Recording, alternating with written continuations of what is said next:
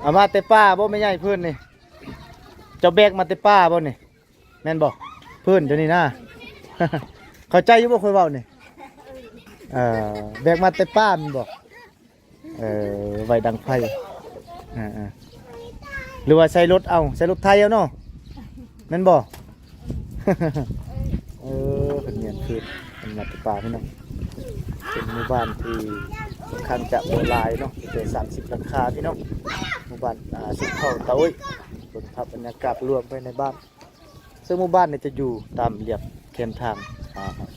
งอย่างเลยพี่น้องซึ่งว่าเฮาบ่เคยได้มาจักเทื่อหมู่บ้านเนาะเป็นครั้งแรกในชีวิตเลยที่ทีมงานเฮาได้มาถ่ายทำหมู่บ้านนี้พระเจ้าก็เลยมีการแตกตื่นหน่อยนึงพี่น้อง จะบ่เคยมีใครมาถ่ายทำเนาะเฮาเป็นคนแรกที่เขามาถ่ายทำหมู่บ้านนี้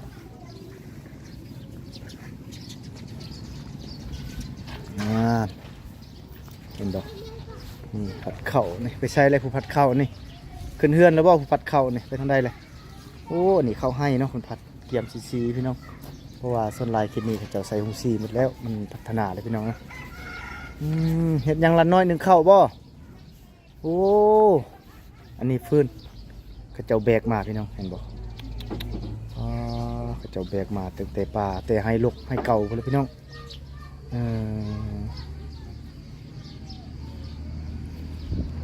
ไปเบิ่งโซนนี้พี่น้องจะเลาะไปแต่ละโซนทั้งหมู่บ้านมันบริกว้างเนาะจะหน่อยเขาก็สิได้กลับเมืองคนแหละเพราะมันอยากค่ำเลยพี่น้องตอนนี้ประมาณ6 โมงยังแหละมันสิค่ำเลยพี่น้องเฝ้ากลับยันมันโบหดบ้านซึ่งจะใช้เวลาเดินทางกลับประมาณ1 ชั่วโมงเพราะว่าจากนี้ไปประมาณ40 ปลายกิโลพี่น้องก็ไกลพอสมควรเนาะมันจะเป็นเกียมซี่บ่ผัดเขานะ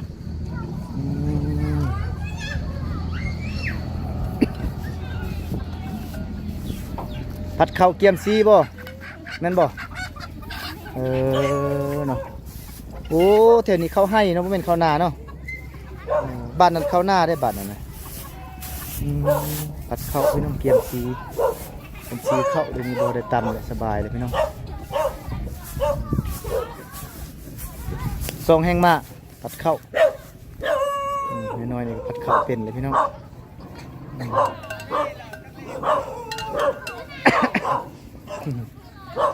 น้องจะบ่คนนี้นี่คนนี้น้องจะบ่โอ้แสดงว่าเจ้าเป็นลูกไผ่เขาเป็นบ่เจ้าคนบ้านอื่นมาอยู่นี่บ่มีลูกไผ่คนคือเป็นลูกไผ่นี่แหละทำหน้าที่ลูกไผ่ก็คือเฮ็ดอยู่เฮ็ดกินเนาะนึ่งข้าวนึ่งน้ำผัดข้าวแล้วก็ตำข้าวถ้ามีหุงซีจะต้องตำพี่น้องแต่นี่มีหุงซีสบายผัดข้าวแล้วก็เอาไปซีเนาะคนมาแต่บ้านอื่นเลยมาเอาพัวอยู่บ้านนี้มาเป็นลูกไผ่อยู่เฮือนนี่เฮือนหลังนี้แหละตามเบิ่งนี่พี่น้องนี่เฮือนแล้วเนาะเฮือนหลังนี้นี่แหละเป็นลูกไผ่อยู่เฮือนหลังนี้ครับผมเนาะ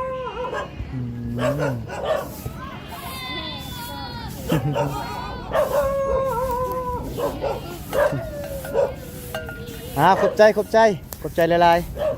ๆเขาเนาะมากับเฮาเลยพี่น้องอันนี้คือซีเพิ่นด้วยอันนี้หงซีเพิ่นบ่หงซีเขาพี่น้องไปที่เทือนในนี่หงซีเขาผมเนาะสบายเลยเดี๋ยวนี้บ่ได้เมื่อยและต่ำคือแต่ก่อนเนาะมันบอกกับต่ำในนี่แหละนี่ครบตัวนี้หงซีแล้วเป็นตัวนี้พัฒนาลายคุณเติบเนาะแต่ก่อนกันนี่แหละใส่พวกอันนี้คือตัวนี้ใส่พวกอันนี้ต่ำตัวก่อนแต่เดี๋ยวนี้เป็นบ่ได้ต่ำแล้วใส่หงซีเอาเลยพี่น้องพัฒนาหลายขึ้นแบบชนบทเฮาหลายๆบ้านก็ใช้พื้นที่เพราะว่าหมู่บ้านนี้มีไฟฟ้าพี่น้องมีน้ำใช้สะดวกสบายเป็นน้ำดินเลยไปเริ่มต้นนี้พี่น้อง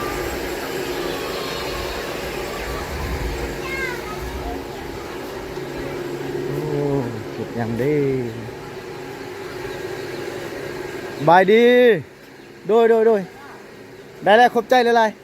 ๆโอกาสหน้าโดยขอบใจเลยขอบใจว่าเป็นยังได้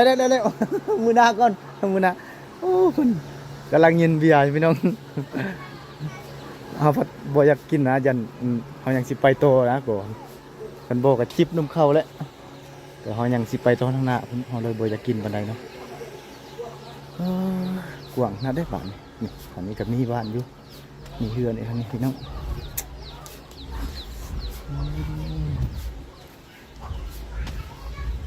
อุกแต่ละน้อยบนุ่งเครื่องเลยเนาะถ่ายยากขนาดพี่น้องแต่ละบ้าน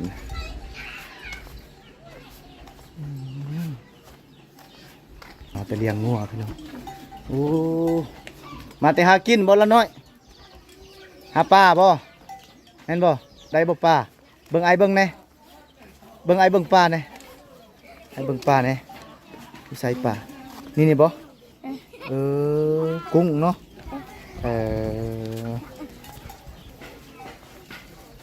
ไปลงโซนนี้เนาะปลาโอ้ทางนั้นก็20:00 นสิเอาปลาเอาพอได้เฮ็ดลาบนี่ สิทากินว่านี่ โอ้ใส่เฮือนครัวนี่พี่น้องคนใส่แอมปกติบ่ทาจากคนช่วยเหลือของผู้อื่นเนาะเพิ่นเพิ่งตนเองเลยอันนี้คือความคิดที่ดีเลยภูมิปัญญาชาวบ้านเพิ่นว่าถ้าบ่มีฟ้าเฮือนเขาจะต้องหาด้วยตนเองเนาะแต่เพิ่งผู้อื่นมันอาจจะบ่ได้พี่น้องอันนี้คือเพิ่นแบบหาด้วยตนเองเลยเนาะไปตัดไม้จากป่าแล้วก็เอามาสานเฮ็ดวัตถุที่สิ่งของให้เป็นประโยชน์กับตัวเองก็คือเอามาใส่ฟ้าเฮือนเป็นเฮือนไฟบนเฮ็ดกินเนาะทำส้มนี่มีคนที่ใส่นี่แหละนี่เพิ่นกำลังตอกอยู่พี่น้องแต่ว่าเป็นความขยันของเพิ่นเนาะความขยันความอดทนอันนี้แหละเพิ่นว่าเนาะเป็นการที่ว่าดีหลายพี่น้องไปเบิ่งพ่อใหญ่เพิ่นเนาะโอ้เพิ่นเฮ็ดหยังเด่นนี่เด้เพิ่นสิสานหยังเด้สบายดีพ่อใหญ่ สานหยังจักตอกบ่นี่โอ้สานกระติบบ่สานหยังกระดงโอ้สักกระดงหรือสะดุ้งกระดงผัดข้าวนี่โอ้ผัดข้าวนะเนาะเป็นเนาะผลสารเนาะภูมิปัญญาสวรรค์สารกระดงผัดข้าวเนาะจักตอกมันนี่มืออื่นซานบ่พ่อใหญ่มืออื่นนี่ซานมันบ่มื้อนี้ได้ชาญบ่ทันแล้วโอ้ยังบ่ทันแล้วมันยังตอกมันบ่พอเนาะ จักตอกใหม่พี่น้องคันซานแท้ๆมือนึงนี่เบิดเด้อเนาะแล้วเด้อเนาะ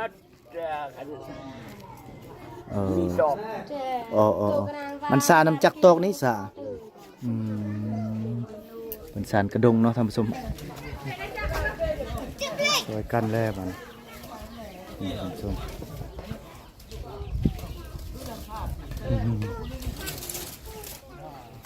หลานน้อยเพิ่นมาแต่หากินอย่างยังแนมใส่เฮาอยู่เด้แนมใส่ทีมงานเฮาอยู่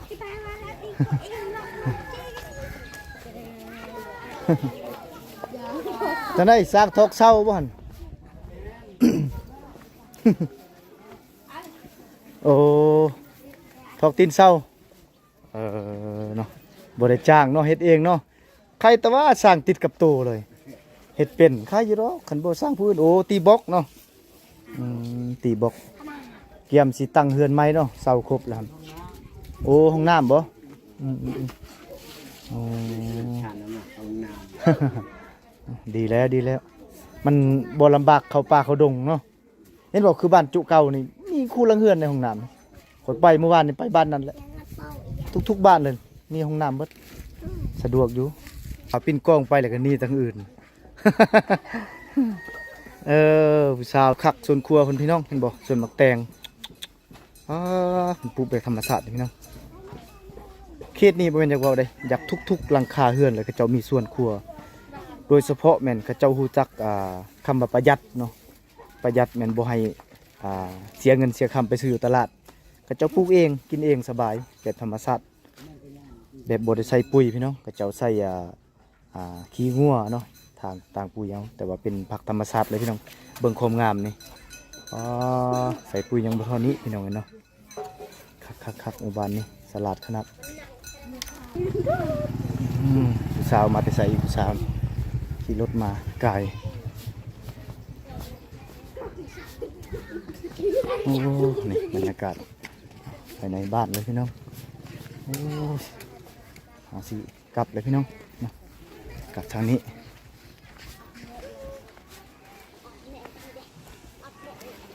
พื้น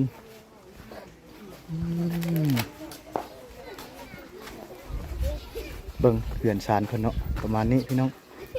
บ้านนี้เป็นหมู่บ้านที่ว่าใหญ่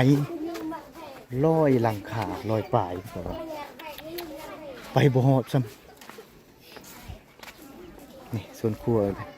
คักนะเนาะบ้านนี้รู้จักปลูกผังสุดยอดหลายบ้านสมัครแก่ครอบครัวได้นี่ได้นี่เห็นบ่กันไก่ตัวเมืองนี่เก็บไปขายได้แล้วนี่อันนี้มันไก่จากเมืองซื้อพี่น้องไปประมาณนี้แล้วเนาะพี่น้องสิกลับไปหารถแล้วนี่ยังอนามัยกระตุกน้ำ มาตักน้ำเนาะตักน้ำกินบ่ไม่ใหญ่น้ำกินบ่มาอนามัยล้างถ้วยพร้อมอันนี้ลูกสาวเราเลยนะพี่น้องเนาะยังเฮียนอยู่บ่คนนี้เรายังเฮียนบ่คนนี้คนเฮียนโอ้เฮียนอยู่ปิโก้เหรอโบยบ้านคนเนี่ยแต่แม่นเฮียนประถมเนาะป .4 ป .5 แล้วเฮียนป .5 ปีหน้าก็ไปปิโก้แล้วปีหน้าม.1เป็นม.ต้นแล้วนี่ยังเฮียนประถมอยู่พี่น้องเพิ่นกำลังอนามัยตุกพลาสติกฝาห้องเลยพี่น้องคนสิตกคักๆมื้อนี้ ตักน้ำกินได้นี่เนาะสบายอยู่มีน้ำลินนี่นะสบายอยู่สะดวกอยู่การใช้ชีวิตมีไฟฟ้ามีน้ำไหลไฟสว่างเขาว่ามีโฮงสีเข้าสบายอยู่ใส่เฮือนจะเป็นไงนี่บ่โอ้หลังนี้นี่นี่นี่เฮือนเราพี่น้อง สู้ๆอะไรนี่แหละเฮ็ดจะได้มันเลือกเกิดบ่ได้เฮือนเราพี่น้องเฮือนไม่ใหญ่เพิ่นสบายอยู่นำกอกกระติดประตูเฮือนเลยพี่น้องขอบใจหลาย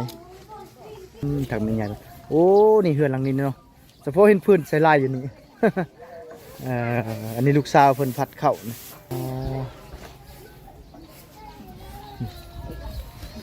ไม่ใหญ่เนี่ยได้แบกทุกมือได้นี่เนาะโอ้ยำแรงมากเลยแบกพื้นมานำเลยตอนเช้าเลยไปสวนโบแบบโบอยากเสียเวลามือหนึ่งเนาะตอนเช้าก็ไปเวียกตอนแรกก็แบกพื้นมานำสะสมแต่ละมือเนาะเพิ่นกะสลัดนะพี่น้องเพิ่นโบอยากเสียเวลากระเทินได้ไปออกไปให้ไปสวนเลยก็กลับมาก็แบกพื้นมานำเนาะเนาะทางไม่ใหญ่เพิ่น นี่กำลังมาคือกัน คำเลยพี่น้องมืดเลยทางเทิงกับกำลังนึ่งข้าวตามเบิ่งนึ่งข้าวแรงขอบใจแม่ขอบใจกล้วยยำนึ่งแรงพี่น้องเนาะเลยกล้วยเขาเคาะแล้วโอ้ลายตูได้กล้วยคนนี้ตัวงามเลยที่ขนาด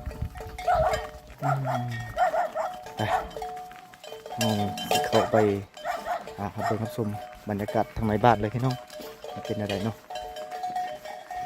มาชมพร้อมกันเลยเอาเสียรถไปจอดอยู่ทางในพุ่นแหละในบ้านอยู่กลางใจบ้านเลยเนาะจุดใจกลางห้องบ้านนะจอดรถ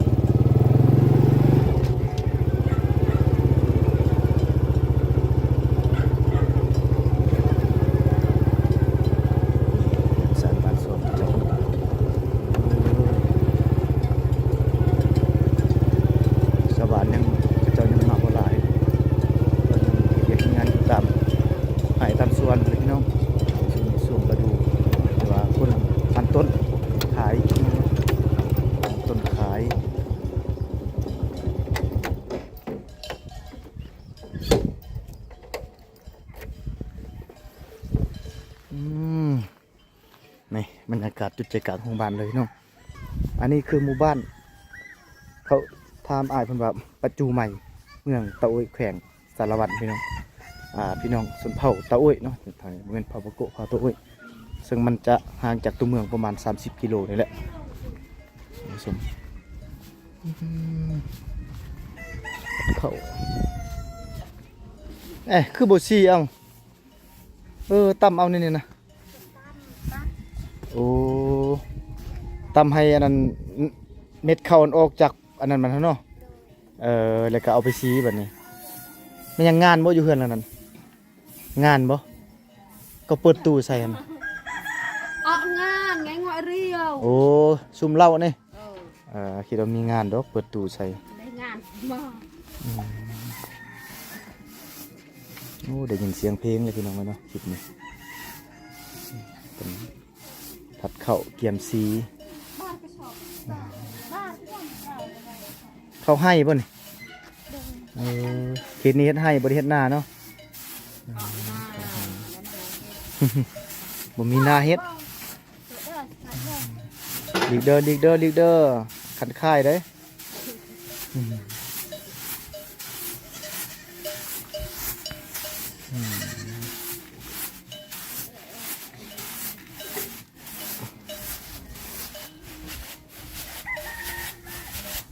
ครับแล้วบ่กุนมันแล้วบ่แล้วแหละกุนมัน แม่นะจ้ะ มันก็ราคาแพงขนาดปีนี้เนาะ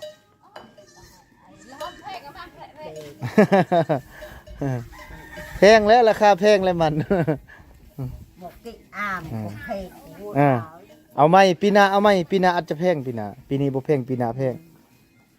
หน้าห้องเสียกลัว บ่ปีหน้าราคาขึ้นอยู่ปีนี้ราคาลงปีหน้าราคาขึ้นนั่นได้มันสลับสับเปลี่ยนกันได้พี่น้องเลยผัดเข้าให้เกี๊ยมซีเนาะไปซีอยู่เฮือนเขาเพิ่นได้บ่มีหงซีเจ้านี่เนาะแม่นบ่กระเจ้าเอากระสอบเท่าไดซีเท่านึงนี่กระสอบนึงเท่าไดเขาเอาคาซีเข้าโอ้ของพี่น้องมันบ่บ่ได้เสียเงินพี่น้องเพิ่นซีเนาะไปเสียน้ำเพื่อนไปซีอยู่เพื่อนพี่น้องเพิ่นเนาะบ่ได้เสียเงินจักกี่เพิ่นคิดว่าเสียเงินบ่ได้เสียเนาะ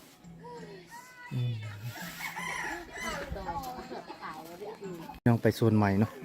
โอ้กระเจ้าเปิดเพลงบ่คักแล้วนั่นนี่ไปหาบอลทางที่กระเจ้าบ่ได้เปิดเพลงพุ่นเนาะหมู่บ้านนี่ก็ เป็นบ้านน้อยๆเด้อพี่น้องเอ้ยเป็นประมาณ20หลังคานี่บ่นี่ใส่ใหม่ๆลานน้อยเพิ่นอาบน้ำอย่างนี้นี่ใส่น้ำบาดาลบ้านเจ้าบ่มีน้ำลิ้นบ่มีบ่คือใส่น้ำอันนี้น้ำนี่มันเย็นบ่โอ้น้ำลิ้นก็มีเนาะครับใส่น้ำอันนี้มันเย็นนี่ลานน้อยเพิ่นอาบน้ำอย่างนี้น้องจะบ่ทางหลังแม่นบ่อาบน้ำให้น้องน่าจะแม่นเขาโรงเรียนบ่ผู้นี้อาบน้ำบาดาลให้น้องพี่น้องแน่เมื่ออะไรบ้านี้เมื่อแล้วไปโซนนี้พี่น้องโอ้เป็นบ้านที่น้อยๆดีนะสาวหลังคาหนึ่งเนี่ยบ่ได้หลายสากลก็บ่ได้หลายพี่น้องบ้านนี้เนาะ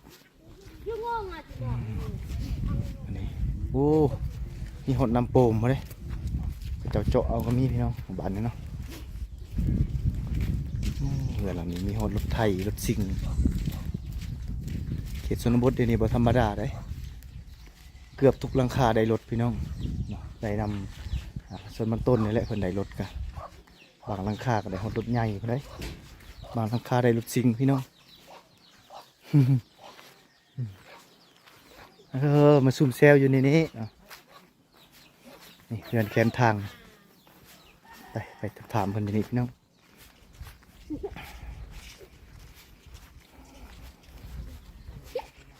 สบายดีโดยเฮ็ดยังนั่งซุ่มกันยังดีนี่ อยากเฮ็ดเอ้ยเลยเลือกปกละ ไอ้ยังเลยตุกเลยอัน โบดดูแน่เลือกปกละโอดเลยไม่ไปหมักยายุกคาเป็นจิบเป็นไข้ บ่สบาย ได้ก็สบายกูโตกูทำมันเจ็บไข้เอากูมันทำมันล่ะไปย่างบ่ได้ โอ้เจ้านี่เว้าเล่าเป็นเนาะบ่เป็นเลยเว้าได้หมดก็เฮียน โอ้ แม่ไม่เท่าเฮียนบ่เป็นก็ไม่เท่าเฮียนเฮียนเว้าเล่าหรือว่าเฮียนหนังสือเฮียนเว้าลาวได้หนังสือบ่ได้เฮียนหนังสือบ่ได้เฮียนเฮ็ดไทยเฮียนเว้าเล่าแต่เฮิงก็ยังน้อยค่อยเฮ็ดแม่พ่อค่อยตายแต่ยังน้อยเฮ็ดไทยก็ไปนับแม่แม่เลี้ยงเพื่อนเจ้าบ่หลังนี่บ่แม่นเพื่อนน้องค่อยนี่เพื่อนจะอยู่ลุ่มพ้นพูดเพื่อนโอ้หลังใหญ่หั่นโอ้เฮือนหลังใหญ่หลังโตเนาะ เฮือนแล้วลังใหญ่ขนาดหันเห็นบ่ทำสมอืม มันได้ป่าเลย เฮือนดินนี่ได้หั่นน่ะได้ลูกจักคนเลยแม่ใหญ่น่ะ ลูกก็6 คน โอ้มีลูกสาวบ่ ลูกชาวลูกชาย ยังโสดบ่ลูกสาวเดี๋ยวนี้ ลูกชาวอะ เอาพัวหมดแล้ว สองคนยังโชด2 คนคนหนึ่งก็เอาพัวแล้ว โอ้ลูกชายเอาเมียหมด ลูกชายก็มีแต่ผู้หนึงเอาเมีย เหลือหันยังเนาะ ช่องก็ยัง อ่ายั ยังบ่ทันเอายังน้อยซ้ำนี้ ลูกสาวไปให้แล้วบ่ ลูกชาวไปหากิน โอ้คิดว่ายังสิไปหาลูกสาวแม่หัน ค่อยก็บ่เว้าดอกเจ้าหา อ้าว ไปหาลูกชาวของลูกเอ้ย บ่สิไปทายเล่าหั่นนะสิไปทายเล่าหันอืมบ่หมายความว่าสิมักเล่าดอกสิไปทายเล่าไปทาย ใช่ เล่า เราไป เราลงไปหากินอยู่น้ำห้วยนี่บ่ หากินอยู่น้ำห้วย กินห้วยอืม ไม่เอาเลย พี่น้องเจ้าก็มีหน้าเฮ็ดได้อยู่นี่เนาะ แหละพวก มีหน้ามีให้เนาะ มีหน้ามีให้พวก โอ้ ร่างก็เฮ็ดให้ก็เฮ็ดให้เฮ็ดหน้าคอยมีแต่เฮ็ดละให้ชื่อบ่ได้เฮ็ดหน้า เฮ็ดแต่ให้ บ่มีเงินบ่มีเงิน บุกเบิก บุกเบิก อืม บ่มีเงินบุกบิก เอาเงินคายมันเลยไปเบิกหน้าบัดนี้ ใครมันก็มีแต่ชื่อคงกินนี่แล้ว ฮะ ชื่อเข้าชื่อหานกินแล้ว อ๋อซื้อข้าวอีกแสดงว่าอึดข้าวเนาะ เฮ็ดไทยก็บ่แพ้ เออ ไทยมันต้นสิ ขอบใจโอ้พี่น้องอันนี้เฮือนเพิ่นครัวแอมสังกะสีเลยเฮ็ดมาทำสมหมู่บ้านนี่ก็บ่ได้หลายเนาะ บ่ได้หลาย เป็นคุมน้อยสุดเลยคุมนี่อันนั้นเราเข้าพุ่นพี่น้องเราเข้า ง่าเว่งเหง ได้บ่ซาวหลังคาได้บ่ซาวหลังคาได้บ่ซาวหลังคาได้ยังแนวกินต้มไก่บ่ ได้เลยไก่ คิดว่าต้มไก่สิขึ้นไปกินน้ำนะต้มไก่โอ้อันนี้เฮือนต่างหากเฮือนลูกชายจะลงตัวนี้บ่หลังลงเฮือนใหม่เนาะโอ้ตากแห้งอยู่นี่เฮ็ดแห้งอยู่นี่เนาะได้เพิ่นตากแห้งไปเบิ่งพี่น้องไปเบิ่งเพิ่นตากมันแห้งเนาะหมู่บ้านนี่เขาเจ้าเฮ็ดมันแห้งได้บ่ได้ขายดิบพี่น้องเนาะขายมันแห้งหมู่บ้านนี่แหมตากอยู่สวนติดบ้านเลยพี่น้องมันจังบ่ได้ไปเผามันเนาะขณะไปตากอยู่สวนนอกมันก็ต้องเผาเพราะฉะนั้นแหละยันเขาสิรักนะโอ้ติดเถื่อนเลยพี่น้องว้าคนตากอยู่เถื่อนมาเลยนี่ สะดวกจู้น่ะนี่เห็นบ่ ตากอยู่เถื่อนเลยพี่น้อง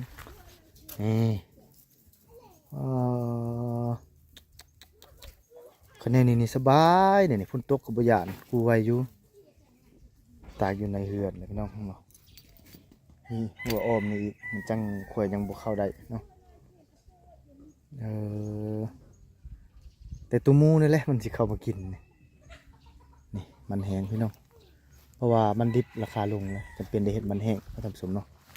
กันเสียมันดิบมันก็บ่ได้ทึนคืนคือทึนที่เฮาไถไปนะ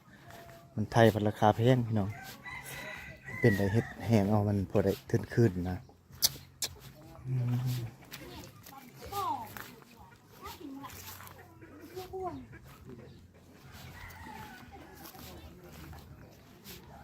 ไปเข้าไปข้างในพุ่นแหละ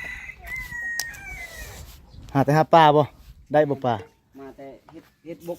โอ้เฮ็ดปกอยู่นี่ ประมาณเดือนหนึงแล้วจังมางเนาะ บ่ประมาณ7 มื้อทิศหนึง โอ้เป็นเฮ็ดปกพี่น้องทิศหนึ่งเลยมางไปต่อทางในบ้านเนาะบ้านนี้จะเรียบตามเส้นทางเลยเนาะอาจจะไปอีกส่วนทางในคุณ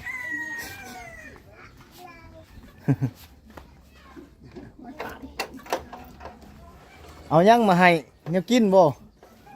ได้กินแซ่บๆแล้วเอามาให้เนาะ ขอบใจไปต่อ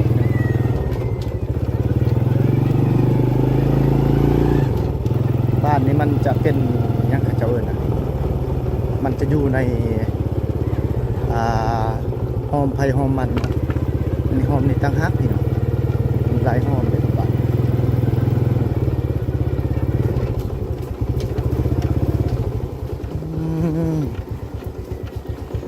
ได้คือมานั่งอยู่นี่ ร้านเจ้าบ่พุ่นนี่แม่นบ่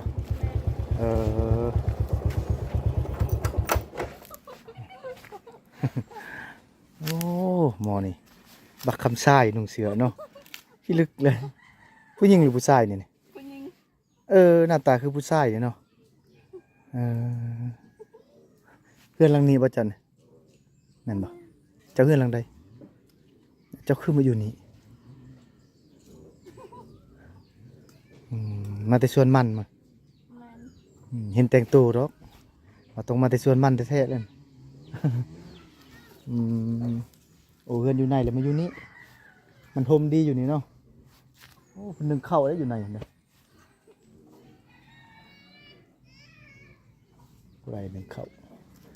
บ้านอย่างประจูดอนมันเห็นปะโอ้ขึ้นกับคุ้มตัวนั้นบ่เนาะวัดคุ้มอยู่นอกคนนี้ตัวน้อยๆอันเดียแม่นคือกันหมดบ่ตัวน้อยๆนั่นนะเขามาอย่างยานประจูดอนมาพี่กินขนมมาเจ้าขนมให้นี่มาเขาเฮียนอยู่ว่าจุดนี้ยันบริเฮียนซ้ำจุดนี้เฮียนไก่ๆมันว่าสิบุเขาบ่อยากขนมย่าแหละ ให้พวกนี้กินซะกินบ่ขนมมากินบ่ขนมเฮียจะอันหนึ่งกินบ่ รับไปแล้ว นี่เลยกินบ่โอ้ยังตำแจวบ่หัน เดี๋ยวดันรับ หยานซ้ำเอ้า รับไปรอคอยเลยด่า หยานซ้ำโอ้ตำแจวกินส้มนั่นบ่หวานเท่าใดสบายดีโอ้มาซุ่มยังอยู่นี่ซุ่มราคามันแพงบ่ยังได้เงินมันได้หลายบ่ปีนี้แล้วระบบคนมันไม่ใหญ่แล้วแหละคนมันจังบูฮู้ซ้ำฮะ ย่า แล้วบ่แล้วได้หลายเติบได้ปีนี้เนาะพักผ่อนว้ายหมื้อนี้ก็ โจ้ ทักทายดีเลยอากาศร้อนเนาะยังมื้อนี้คือบ่นุ่งเสื้อเข้าโรงเรียนบ่จุเจ้านี่จักหน่อยนี่เรียนได้บ่จุนี่บอกว่าสิบุเฮียนของเฮียนไก่ๆนี่ยังไม่ใหญ่นี่คือไอตลอด เกินกล้องน่ะไอเลยเอาใส่กินขนมนี่เศร้าไอเด้อไปต่อพี่น้องไปอีกโซนนี้เนาะมีหลายโซนหมู่บ้านเลยจะได้เอาไปสิออกเมืองนะพี่น้องเพราะว่าหมู่บ้านนี่มันบ่อยากมีกิจกรรมอย่างไรพี่น้องบ่เป็นอันทายนะก็สาเหตุเป็นสิทายเลยผัดข้าวนี่แหละผัดข้าวเกี๊ยมซีผัดข้าวเกี๊ยมซีแล้วพี่น้องจอดรถที่นี่ก่อนจอดอยู่โฮมนี่ก่อนผัดข้าวเกี๊ยมซีบ่ข้าวไห้เนาะโอ้เพิ่นล้างถ้วยล้างหม้อครับ อย่าเพิ่งไป สะดวกอยู่บ้านนี่มีน้ำลิ้นใส่นี่สะดวกอยู่แสดงว่าบ้านนี้บูดเข้าได้ป่านนี้ยังมีข้าวซีอยู่แม่นบ่เนาะตามประสบเพิ่นผัดข้าวเนาะเพิ่นเตรียมซีเลยกระสอบหนึงเท่าใดเขาเอาไปซีหั่น ศพหนึ่งถ้วย โอ้แลกเป็นข้าวสารเลยหรือว่าเอาเป็นเงินบ่แม่นเนาะโอ้แลกเอาข้าวสารให้เรากระสอบหนึ่งข้าวสารถ้วยหนึ่งข้อยเลยคิดว่าเป็นเงินกระสอบ 10,000 หรือว่า 20,000บ่แม่นเว้ยเป็นแลกเป็นข้าวสารความสมเฮ็ดหยังอันนี้ล้างหม้อเฮ็ดกินบ่ ลูกเจ้าบ่เรายังเฮียนอยู่บ่ดีแล้วเราเฮียน โอ้เพิ่นเฮ็ดกินขึ้นไปเฮ็ดกินเลยอันนี้เฮือนเราทำซุมเนาะแหมผัดข้าวแล้วเราบอกกุนมัน แล้วมีมันใน อ่ะ หนึ่งตอนนะ ตอนเดียว ตอนเดียว เอาปีหน้าขยายไหมยายลายๆโลดจังได้กลลายมือลายเดือนปีนี้เอาสำนีก่อน